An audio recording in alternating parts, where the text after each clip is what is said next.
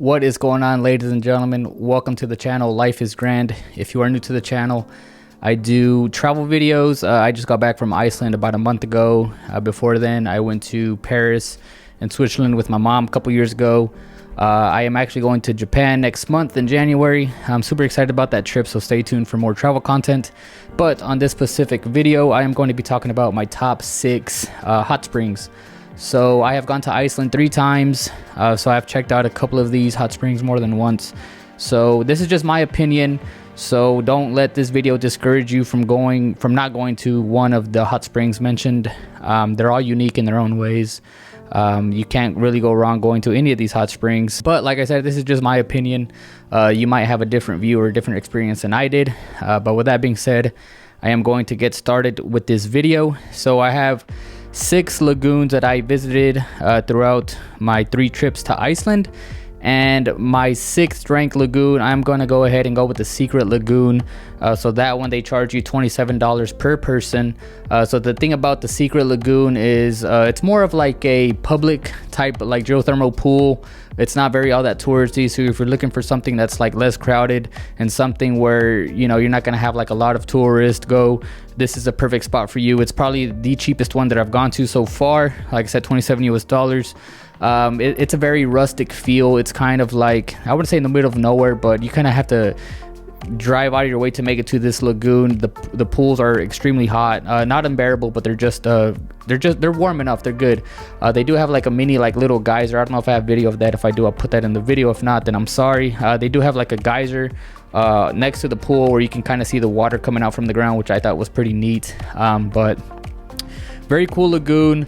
I would definitely recommend checking it out if you have like a spare day or if you're in the area to check out this lagoon. Like I said, it's very rustic feeling, if that makes any sense. But with that being said, my next lagoon, I am gonna go with Vogafjós. This is in northeast Iceland. This one cost me $50 US per person.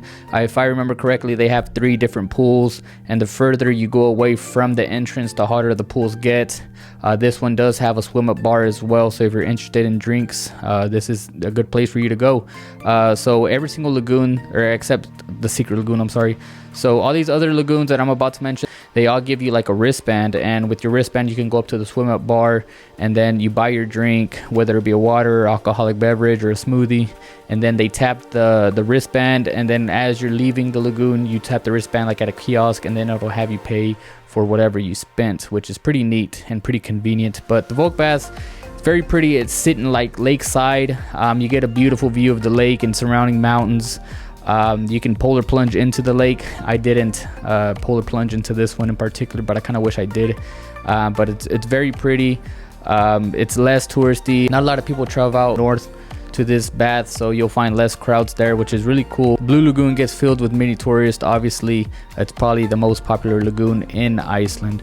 But Vogafjós, definitely, if you're on the northeastern coast, I would definitely recommend to check out this lagoon. The next one I'm gonna go with is the Blue Lagoon. So I have actually been to the Blue Lagoon 3 separate times. So Iceland was actually the very first country that I visited internationally, and the Blue Lagoon was like the first like lagoon that I've actually checked out. And when I went for the first time, it gave me like the wow factor because I had never seen anything like it. But after visiting multiple times, I guess I kind of I got used to the whole flashy blue water. I mean, don't get me wrong, it's really nice. They have different packages. You will be spending anywhere from $76 US up to $110 US depending on what time and what day you decide to go. They also have different packages available, so make sure you choose what fits you. Right now there is actually a volcano erupting in Iceland, so I do believe the Blue Lagoon is currently closed. So if you are going anytime soon, definitely look at booking some of these other lagoons if you are into geothermal pools. But the Blue Lagoon, it's an awesome lagoon, I'll say that. It's a tourist trap, of course. Everybody knows about the Blue Lagoon. If you are going to Iceland for the first time, or if this is your first international trip, you definitely want to go. It'll give you like the whole wow factor. Very picturesque. It's very neat. I definitely enjoyed my time there, but some of these other lagoons, I think they're a little better in my opinion. Number 3.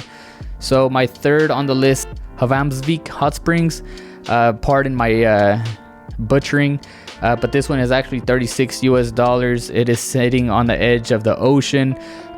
You get a nice view of like the mountains and kind of just like I said, the ocean. And there's like, I think there's like 6 different pools that you can dip into. Similar to all these other pools, they do have a swim up bar with the bracelet that you can get drinks with. You can also do a polar plunge here. The polar plunge pool that was on site, it actually had some freaking jellyfish in there, so obviously I didn't hop in there because I didn't want to get stung. But if you're interested in that, be my guest and go do the polar plunge.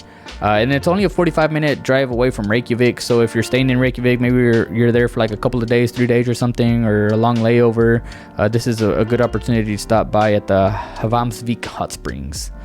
Number 2 on my list is going to be the Sky Lagoon. I have gone a total of 2 times now, and the second time that I went, it was almost just as good as the first time. You get a beautiful scene of like the freaking ocean. There's like beautiful rock formations as you walk into the lagoon. The water and the water temperature is freaking perfect. Again, swim up bar available, and they have different packages available as well. On average is about $77 US per person. So they have like a 7-step ritual where you go to like a couple different saunas. You go to like a steam room, put some like, I wouldn't call it lotion, but it's like some sort of skincare routine thing you do. And then after the whole 7-step ritual, they give you like a little shot of tea, which is really good. And then of course they do have a polar plunge where you can do as well. And I actually did do the polar plunge there. Definitely recommend checking it out. But the Sky Lagoon falls in as my second favorite lagoon. Definitely recommend checking it out. I will make sure to go back again if I do go back to Iceland. My favorite lagoon in Iceland currently is gonna be the Forest Lagoon. So this one's gonna cost you about $50 US. Just everything about the Forest Lagoon just gives you like magical vibes. It's like a foresty vibe. It's very pretty. Like I said, similar to some of these other lagoons, they have the swim up bar, and they have polar plunge that you can indulge in, so you can go in there and then soak in there for whatever, a few seconds or a minute, whatever, and then hop back into the hot pool. And then it's not as touristy. It's a little bit further out north from Reykjavik. It's probably about a 3, maybe 4 hour drive from Reykjavik, so it's less touristy. Like I said, most people stay down south of Reykjavik, and that's why the Blue Lagoon and the Sky Lagoon are probably going to be your most popular lagoons. But if you do get the chance, please do yourself a favor and check out the Forest Lagoon. You would not be disappointed. Like I said, my favorite lagoon by far. And then the town that it's in, beautiful small town. They have a good bunch of eateries everywhere. It's a beautiful time. It's a great time. And I'm gonna actually throw a bonus in here. All right, so if you're in the area, check out Hvammsvík Hot Springs. And what that is I did this last year when I went on my first solo trip. So you pretty much hike for like about 1.5 hours, maybe 2 hours, depending on how slow or fast you are. And then there's like this stream of hot water coming from underneath the ground, obviously. And they have like little, they're not really changing rooms, but they have like little walls where you can change. So it's not very private.